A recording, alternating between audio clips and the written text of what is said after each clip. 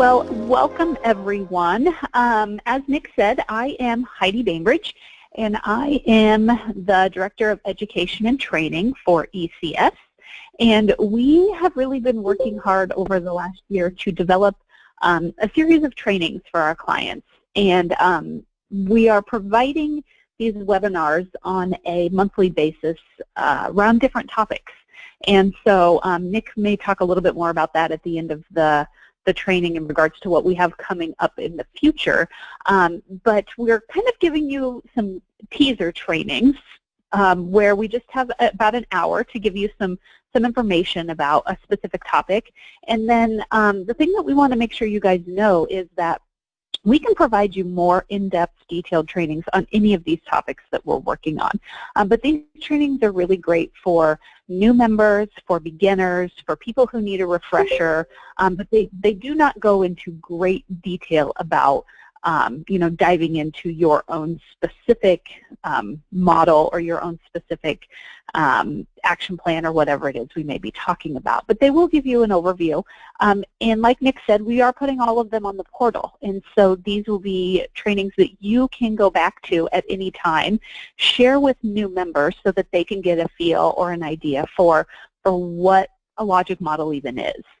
They're going to be really great in that aspect, that you can use them as training opportunities for your members, and we encourage you to do that as we move forward. So without any more introduction, we will go ahead and just dive into talking a little bit about logic models today. Maybe if I can advance my slides. There we go. So the first thing we're going to talk about is just a quick overview of the strategic prevention framework. Many of you are familiar with that. We'll talk about what logic models are, how we get to logic models with a problem analysis using usually the root cause problem analysis process. We'll talk about how you transition from that problem analysis into the logic model.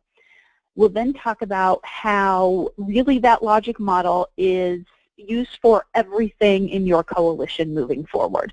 The strength of a good coalition is a good, strong logic model, and so then we'll talk about how we map our data and our interventions to that model, as well as how do we critique it and make sure it is a good logic model. And then I plan to leave 10 or 15 minutes at the end of our time today for questions, and depending on how much time we have, we may be able to open up the audio, or throughout the presentation, if you do have questions on something, feel free to type it in the chat. Like Nick said, he's going to be moderating that, and so we can take those questions at the end when we have concluded our time with the content. Also, I may be asking you a few questions throughout the webinar, and we'll ask you to respond to those questions via the chat box as well. So that's how we'll have those conversations so that we don't have a lot of background noise and feedback. So we'll do that via the chat. So the Strategic Prevention Framework, or the SPF as many of us know it, is the model by which most coalitions guide their work. And as a coalition trainer, this is the model that I use whenever I am working with a coalition on the process by which a coalition should be functioning. And we're not going to go into great detail on this because many of you are probably familiar with this.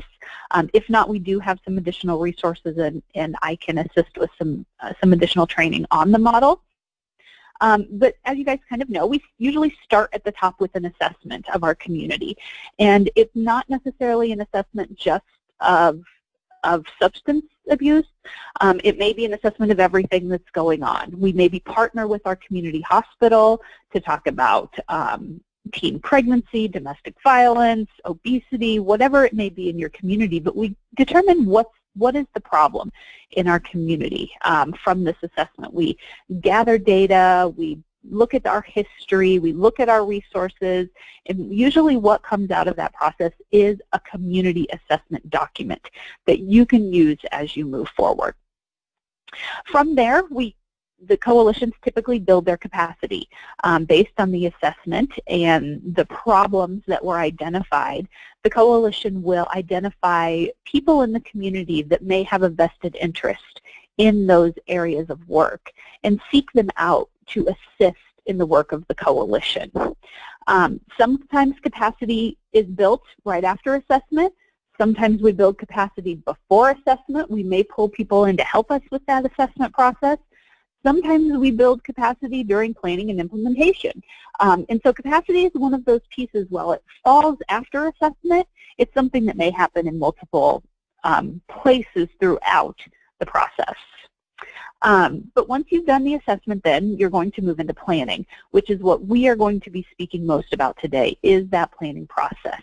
And what will typically come out of a planning process is a problem analysis, and where you end on a problem analysis process, a logic model, which is the topic of conversation today, as well as then a strategic and action plan for your coalition to move forward. From there, you implement. You take that action plan and you put it into action and you implement the things that you said you would do.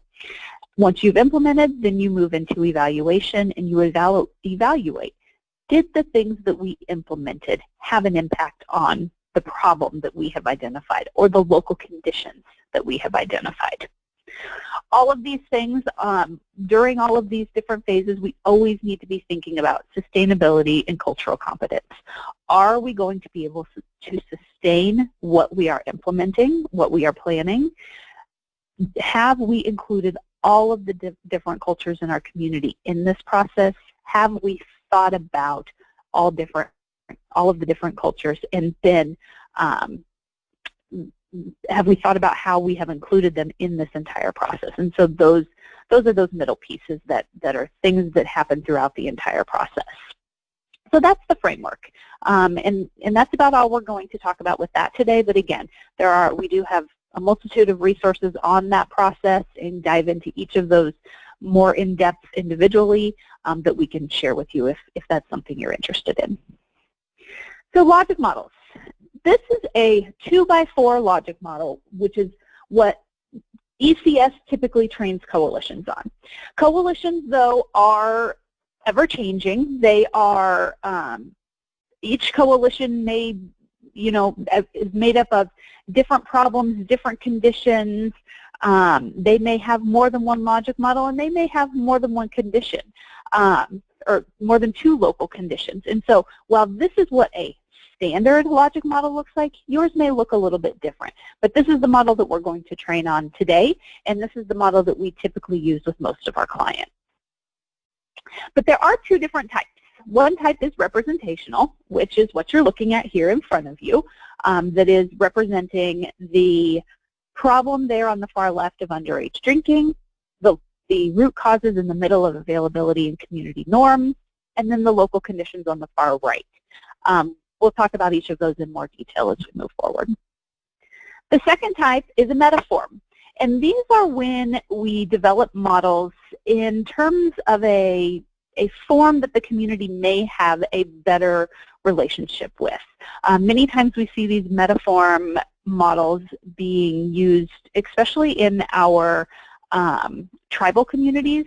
They tend to use things in picture form that help them to really understand what's going on in their community. So the problem is actually in the middle, or the stem of the tree is where they would place the problem. The roots are the root causes. Down at the bottom, you see the two different root causes, the availability and the parental approval are the root causes. And then the local conditions are the leaves. And so those are,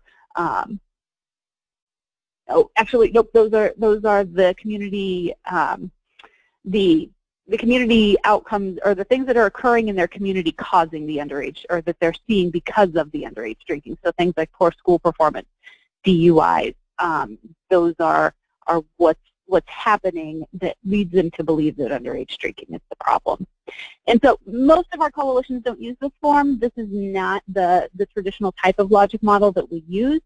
It's really, most coalitions are using the representational, and it's really easy for a community member to be able to take this, understand it, and see exactly why a coalition is doing what they're doing. And so that's the type we're going to be training on today, is that representational model. So I want to talk to you guys a little bit about what logic models do or what logic models help coalitions do better? Why do we need them? What's important about logic models? Why do we have to have them? And I think number one is one of the biggest things. It's really a visible alignment, something that we can see, a picture that someone can look at and visibly see how we have aligned our work with what we need to change. And so the problem may be underage drinking, it may be teen marijuana use, it may be tobacco use. We can see that problem, and then we align it with what are the risk factors or the root causes that are causing this to be a problem, and what's happening locally in our community that we need to change. And so that local condition is what's really important, so that our communities understand how those conditions align with the problem that we are addressing. It'll also help us determine our priorities, because we can take a look at those conditions and say, okay, where do we want to start? We have these 3, 4, 5 conditions that are occurring in our community. Which one makes the most sense to start with? We can also decide how we spend our funds based on this model. Where do we want to put the bulk of our dollars? Do we want to spread them out evenly? We can see that we have these different conditions that we have to address. Where will the money go? How can we separate that? How can we align our dollars with the different conditions that are occurring? It also helps us evaluate. I'm going to show you today how to map those measures right onto your logic model, and so then you can evaluate directly from your logic model. Again, like I said in the beginning, if you have a good, strong logic model when you start the work of your organization, everything else will fall into line, including your evaluation. And it also provides you that opportunity to take a look back and determine, did we meet those outcomes that we had intended? Did we reduce those numbers? Did our use rate go down? And so that really does give us that opportunity to take a look back and say, okay, here's where we were when we started and we developed our model. We've implemented these things. Has anything changed? And so that is why a logic model is so important, to really help coalitions do their work even better than what they maybe have been without the use of a model. So I would like for each of you in the chat box to just tell me quickly before we dive into our process, do you have a model? Yes or no? You can start with that. And then, are you happy with it? Yes or no? Do you think it's a good model? So just two yeses or 2 no's, or 1 yes and 1 no, or no and no, however it works for you. Just let me know in the chat if you do have a model, number 1, and are you happy with it, number 2. So I've gotten 1 yes, I'm pretty happy. A yes, yes, good, excellent. Another yes, fantastic. That's what I like to hear. Yes, yes, great. And I'm going to, yes, might need some adjustments eventually. Good. Sandy, yes, yes. Teresa, fantastic. Okay, I'm loving all these yes, yeses. At the end, I may ask you this same question. Are you happy with your model based on the criteria that we've set forth? And we'll see if any of these change. You may have a question mark, or you may say, oh, we may need to go back and do a little work. So Connie's already saying hers needs a little work. So hopefully some of the information I share today will give you a platform to start from. And then if you need some additional guidance, the ECS team can definitely help with that process. So let's go ahead and dive into how we get to a logic model. There are 5 steps that we typically use to create a logic model, and we encourage coalitions to do this over the course of a few meetings. One meeting is not going to be enough to create a logic model. This does take a little bit of time, and we do encourage you to involve your coalition in this entire process. And so this is not something that I would say you should be doing in your office alone. It's something that we want you to engage your membership to do along with you, because by involving them in that process, they take ownership of that model. They want to see that model be successful. They want to see the changes that occur because of the model that they helped develop. So it's really important to include them in that process. Also really important to include them in the problem analysis, because there are a lot of different opinions and ideas and people who may know about certain things in your community that you may not know about. So we want to bring all of those people to the table as we go through each of these processes. So step one is the problem analysis, and we'll dive into that a little more in depth. Step two is choosing the format or the style of logic model. Step three is adding the data to each of the elements on the model. Step four is mapping your interventions. And step five is critiquing the model to ensure that it fits your community, that it's really what you guys, what maps with the problem, so that it's something that makes sense, it's community friendly, and it's something that they want to see changed. If it's not, you may struggle to engage community members. You have to make sure that it is something that is community friendly, is something that they're on board with, and not something that you'll have a big revolt around. And so just making sure that it's community friendly is always really important, and we'll talk about how we do that.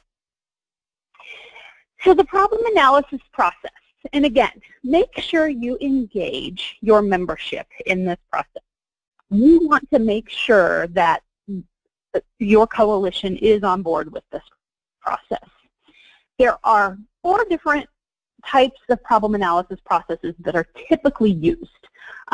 I want to make sure you're aware that there are 4 different processes because you may see them somewhere else in other work, working with other organizations, working with other civic groups.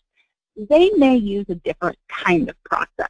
And so the 4 most common types are the 5 whys process, where you typically ask, what's the problem, why? And so, and that is the one that's depicted in the circle up at the top of the graphic here.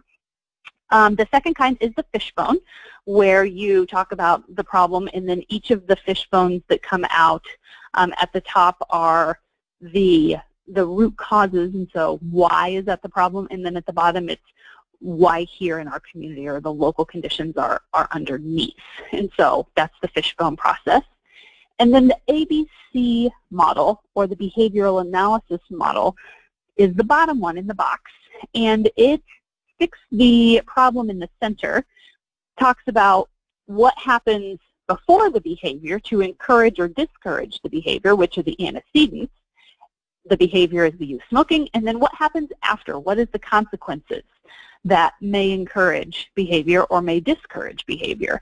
And so we look at it from what's happening in our community to encourage youth smoking, what's happening to discourage youth smoking, and then also from the back end, if someone is caught smoking, are there things that are happening that they're not having any consequences, their friends think it's okay, what's encouraging that, as well as then what's discouraging, what happens if they're caught discouraging the behavior. So that's the ABC analysis. And the 4th kind, which is the kind that is most commonly used in the coalition world with our organizations, is the root cause problem analysis process, or the but why is another term that is used for it. And so we're going to just step through the process of the but why root cause analysis, problem analysis process. Many of you have probably been through this process. If you haven't, I highly recommend that you go through this process, especially with your coalition. And so there are the 3 different components of the process, and I have color-coded those on the right in the diagram. And so when you start this process with your coalition, you first start by saying, what are the problems in our community? And I recommend using a whiteboard or some large Post-it sticky notes that you can put up on a wall, something where you can put it up and people can really just kind of start with a brainstorming process. What are all of the different problems that we're having in our community? Take them back and remind them these need to be things that have come from our community assessment, not just things that we think are a problem, but we've done a community assessment.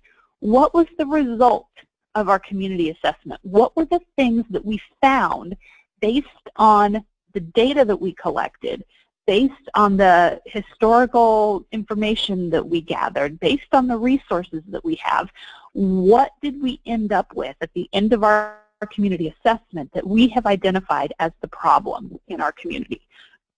So this really isn't as much of a brainstorming as it is which pieces do we want to, to start working on. And so you'll put your problem statement there in the middle, and then the brainstorming comes with the blue boxes, and you say, okay, why is this happening? And if underage drinking is the problem, you say, why is underage drinking happening? And people will come up with all sorts of ideas, and you put those in the blue boxes that are outside of the red, and you say, okay, maybe it's because alcohol is easy to get. Maybe it's because parents think it's okay. Maybe it's because our community has an attitude of, or a culture of drinking, a community norm of drinking.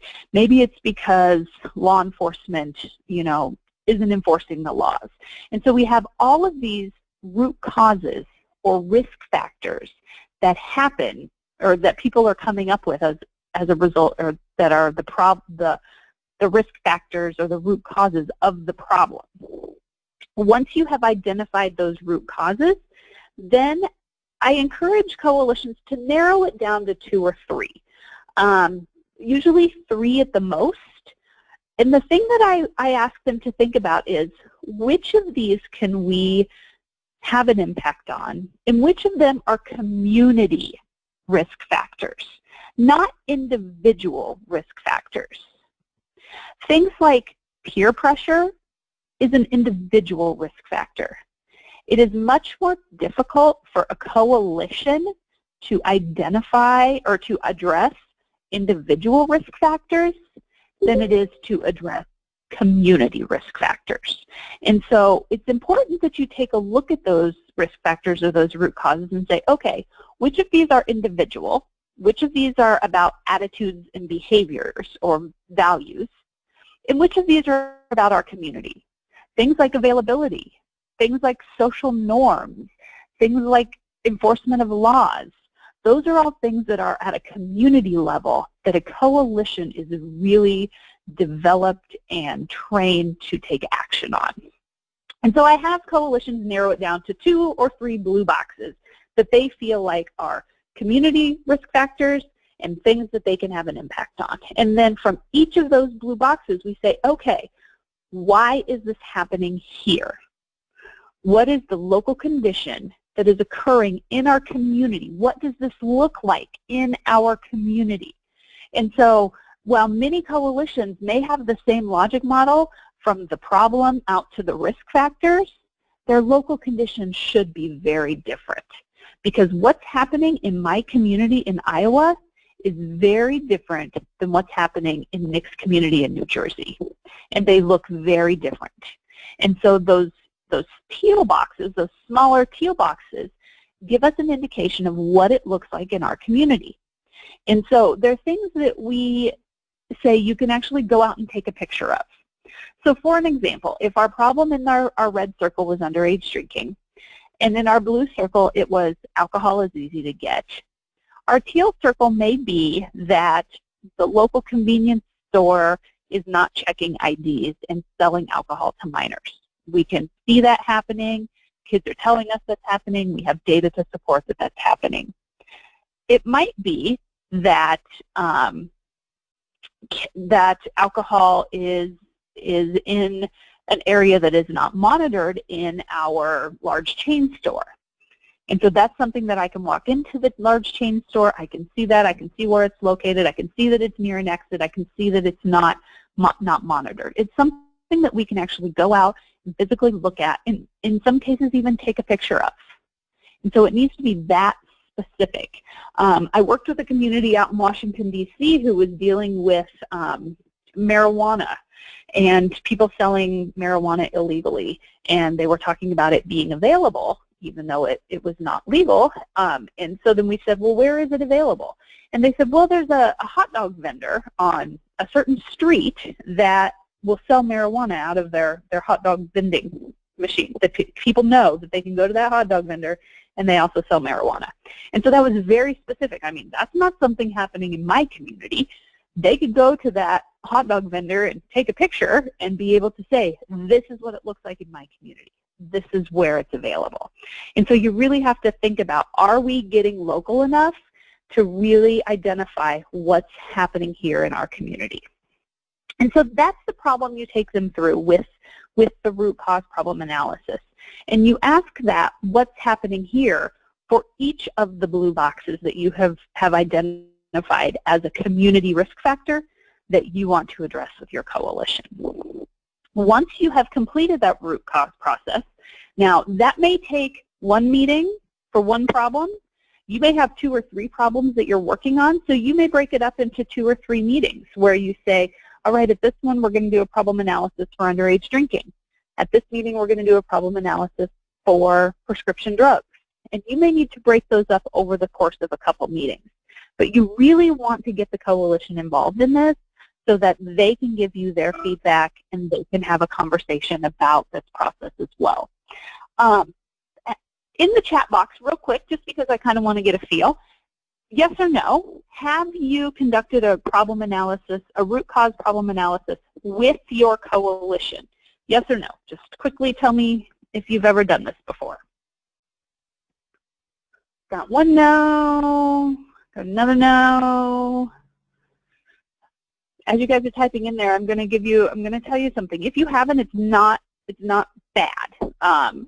I encourage you to go through the process if you haven't.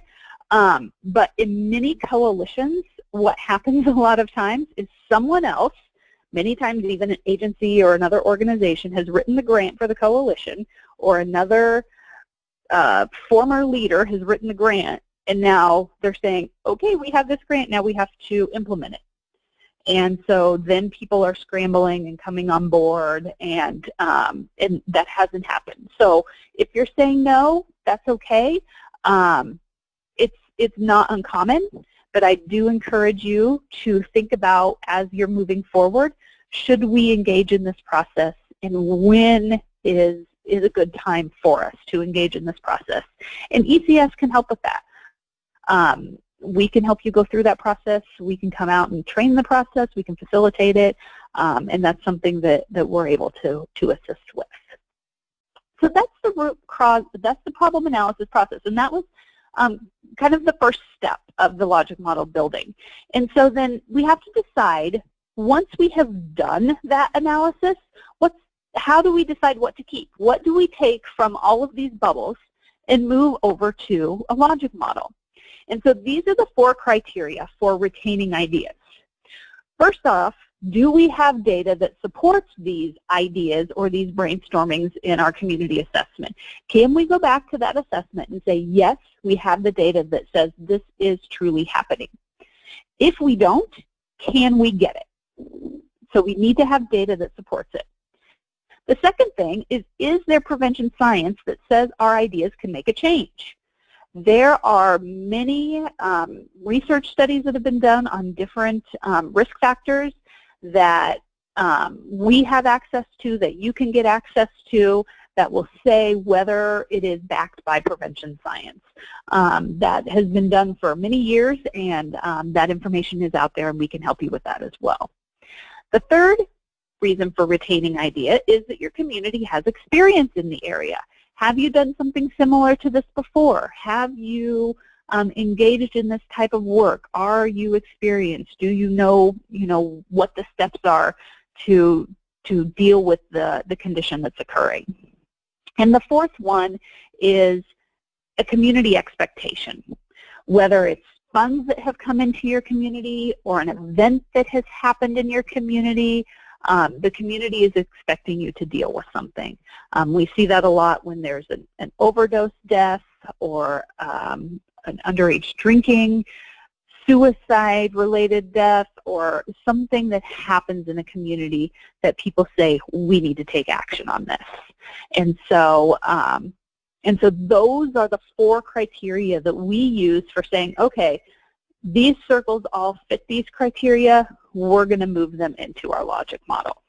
And so that's where you take that circle logic model and turn it into the squares that I identified earlier.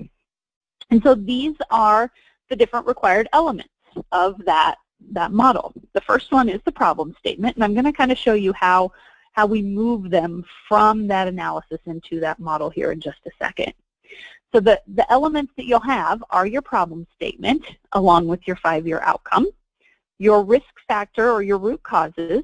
These should be sounding familiar straight from your analysis, or your 2-year outcome, your local conditions, which will include your 0 to 2-year outcomes, and then the data and measures for each. Another thing that many models are including that's not listed on here that I'm going to show you how to do are the interventions and mapping your intervention to the model as well. So those are the elements, and this is how it transforms. And so you're going to take it from those circles that we saw on the previous slide.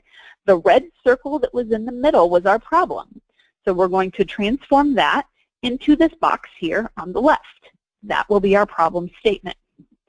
The blue circles that were the next level out were our root causes that we talked about, and I asked you to retain 2 or 3 of those. And so those are going to fall into these middle root cause boxes. So you're going to move them from those blue circles over to these middle boxes. And you may have 3, like I said, we use a 2x4 because it's standard, but you may end up with 3 root causes, and that's okay. And then the last piece is your local conditions, and those were those smaller teal boxes around the outside that were the what's happening in my community. What does this look like here in my community? Those are going to move into your green boxes. So the logic model development is really not the hard process. The hard part is the problem analysis that gets you to the model.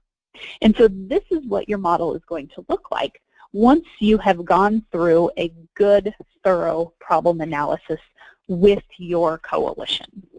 And so I'm going to show you an example then. Once you have moved all of the information over, then how do we know that it's the right information? How do we know that we can tell our community that this really is what's going on? And the way that we do that is by adding our data. So you can see here in this sample model, underage drinking was the problem that they landed on. The root causes that they came up with were availability and community norms. And then for availability, the local conditions that they have identified were merchants were not checking IDs. I can see that. I can go out to their community and I can witness that occurring. And bars were accepting fake IDs. Another thing that I could go into a bar, present a fake ID, see if they accept it. So those are things that are actually occurring that we can see. For their community norms, their conditions were that alcohol is being advertised at family-oriented events, and that community festivals do not follow best practices for alcohol sales and service. So these are things, again, that are very local, very specific to what's happening in that community. I can go to a family-oriented event and see alcohol advertising. I can go to a community festival and see that they are not following best practices. And so those are all very specific, very local, very identifiable things that are happening in a community. And so they have mapped data to each of those boxes. And our recommendation is for each box, you have at least 2 pieces of data, if not 3, that say this is what's going on and this is how we know. And so for the underage drinking, we can see here that 58% of 12th graders drank alcohol in the last 30 days. That tells us that underage drinking is happening. 21% of 10th graders were binge drinking in the last 30 days. That tells us that underage drinking is happening. And then their final data point is that 27% of 5th graders have tried alcohol. Again, tells us that underage drinking is happening. All of those point to underage drinking as a problem. They support that as a problem. When you look at the availability, the data that they have collected says that 80% of 8th graders say alcohol is easy or very easy to get. That tells me it's available. And so the important thing when you're adding your data is that it makes sense for the box that you're addressing. And so we need to have data that says it's available. And so 8th graders saying it's easy or very easy to get is one way that says it's available. Their second data point is that 90% of town hall participants say they could get alcohol if they wanted to.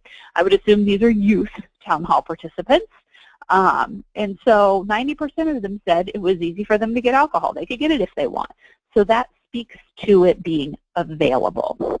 So really important when you're thinking about that data, it needs to map to either the problem, the risk factor, or the condition that you have identified. And so the final one for the local condition is that merchants are not checking IDs. And so the data point that they have here is that 1 out of 5 alcohol merchants are not checking IDs. And they would know that based on a compliance check.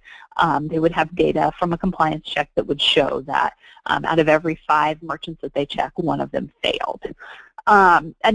They could have another data point there if they did a youth survey that asked kids, have you been checked for an ID? You know, if you have attempted to purchase alcohol, did they check for an ID?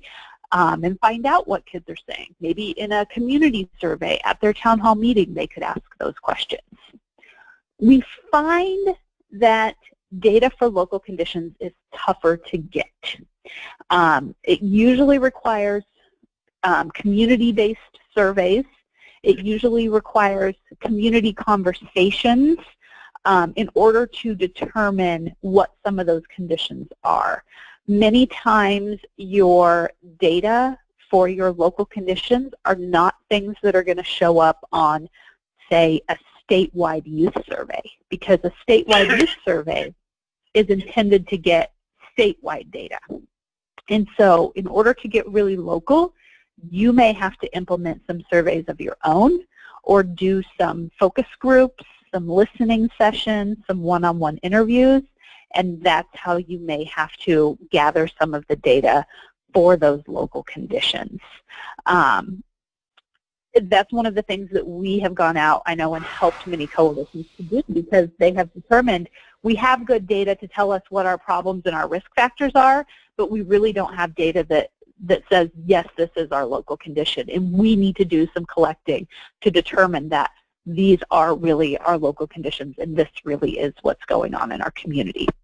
And so that data is very important, because then that's how you're going to evaluate. Like I showed on this previous slide here, the problem statement, in 5 years, you should see that number change. You should see those data points that you have identified here, the 58% of 12th graders, in 5 years, that number should have been reduced. Same thing with the risk factors or the root causes. In 2 to 4 years, you should see those change.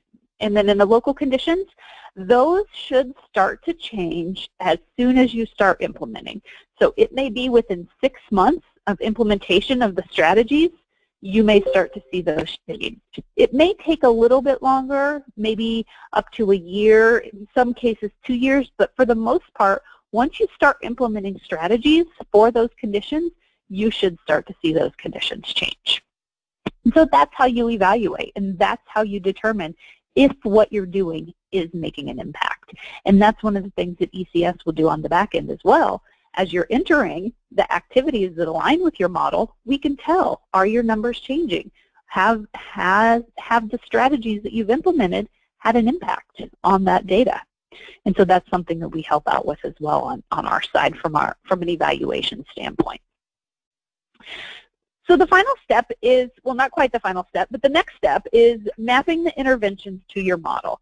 And so you can see here on this slide how we've used the same sample model, and we have mapped the interventions to that specific local condition. So bars accepting fake IDs, and we have just listed there the 7 behavior change strategies. So our recommendation would be, under each of those, to decide what are we going to do that falls into this category to address this condition. So things like bars accepting fake IDs. One of the recommendations that I like to encourage coalitions to do is to start at the bottom. And really, policy change should be at the bottom of that intervention list. Think about, is there a policy that we can implement around that issue? Is there something we can do to implement a policy so that bars will start accepting fake IDs, or start not accepting fake IDs? And so you may talk about making a merchant policy with those individual bars that every person who comes in gets checked regardless of age. Many stores have those, and maybe they have a policy that each ID has to be scanned, and that staff have to go through a training. And so you think about, what policy might I be able to implement around this condition? And then you fill in the other interventions and strategies based on that policy. So then we may provide information on how to, give how to share that information with their staff, provide them with some handouts and some materials. We may build their skills by offering a training for them.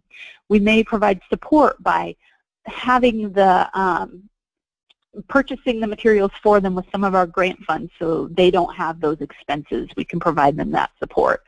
We may reward any businesses by putting an article in the paper congratulating the businesses for implementing the new policy.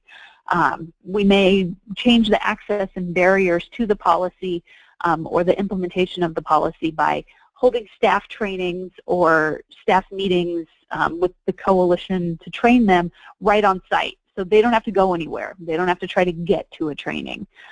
We may change their physical design by putting up signs that say "We Card," or providing them with a physical scanner to scan the IDs. And so if you start from the policy change, it makes the rest of them a lot easier. And you can think about, what other strategies can we implement related to that policy that fit? And so you can map them right on your logic model. I know many coalitions use an Excel spreadsheet to do this, so that they have, the first column is their underage drinking, then they split the next column with their risk factors, split the next columns with their local conditions, and then the final column will have all of their interventions. And so many coalitions do it in that way, or you can do it in this way as well with a Word document using different graphics and pictures, and or any other program that you may use. But we encourage you to stick them right on there, because then coalition members can visually see, okay, this is what's happening, this is why it's a problem, this is our risk factors and our root causes, these are our local conditions, and this is what we're going to do about it. And it's a really nice visual for community members or coalition members to be able to get the big picture of what's going on and how our coalition is going to address it. And, these are easy things to take to city councils, board of supervisor meetings, school board meetings, to show them this is what the coalition is doing and this is why we're doing it. The other thing that I find logic models helpful for is when you have to say, no, we can't do that.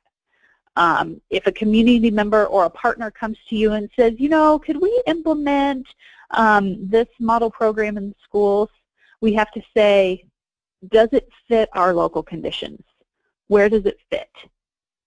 None of our local conditions, if we're looking at this sample, have anything to do with that type of education. And so we have to say, we need to be addressing the things on our model. These are the things we're doing. Not that a partner can't do it, and that you can't support a partner who does it, but it may not be a strategy that the coalition takes on and gets involved with. So think of your logic model as your guiding document for what things we can and cannot do as well, and in a way to say, where does it fit? Does it fit our local conditions? And if it doesn't, should we be doing it? Is it worth our time and energy, and are we going to make an impact on our problem if we're doing XYZ strategy? So the final thing that you have to do for your model is critique it. Is there line logic? If we make a change to the local condition, will it affect the root cause? If we make that change to the local condition and it affects the root cause, will it affect the problem? And so we have to think about this. I like to, think of it as dominoes. If we set up some dominoes, are they close enough together to hit one another so that they fall over? Will they have an impact? And if we look at this sample model that we shared, they align perfectly, because if merchants start checking IDs, it's going to make alcohol less available, because not as many kids are going to be able to get alcohol because the merchants are saying, nope, I've looked at your ID, you're not old enough, you can't have it. So that makes it less available. If alcohol is less available, we should see less underage drinking. Again, this does take time. Underage drinking may not change for 5 to even sometimes 10 years, but merchants not checking IDs should change quickly. Availability, you should start to see kids saying, it's not as easy to get. We can't just go to our local merchant and buy it. We have to have someone else go buy it. We have to go to a neighboring community. It's not easy to get here in our community. And so that's what you have to kind of walk backwards and say, if we impact this, merchants not checking IDs, will it impact this? Availability. And so just, do that backwards check on each of them to ensure that there is line logic. And do you have enough time to, to make those changes and really implement strategies that can make a change? The second thing you have to think about with your logic model is, are we covering everything? Have we talked about all of the problems or the conditions that may be occurring? And typically you will determine that through the process of your problem analysis and you do the brainstorming. What you may find, though, is that things change. If you start addressing the merchants not checking IDs, you may see that condition shifts and that kids are starting to get alcohol in other ways. And you may have to go back and revise your model to adjust to those changes. And that's why logic models are ever-changing. They're not static items. They do shift and change over the course of time. Oops, excuse me. And then the last one is, are we doing enough to produce results? Have we identified enough strategies to make a change in that condition? Are we doing enough work in the community to really be able to see a change in those merchants who are checking IDs? Are we going to all of the merchants? Are we giving them all the opportunity to get trained, to implement policies, to train their staff? Are we doing enough?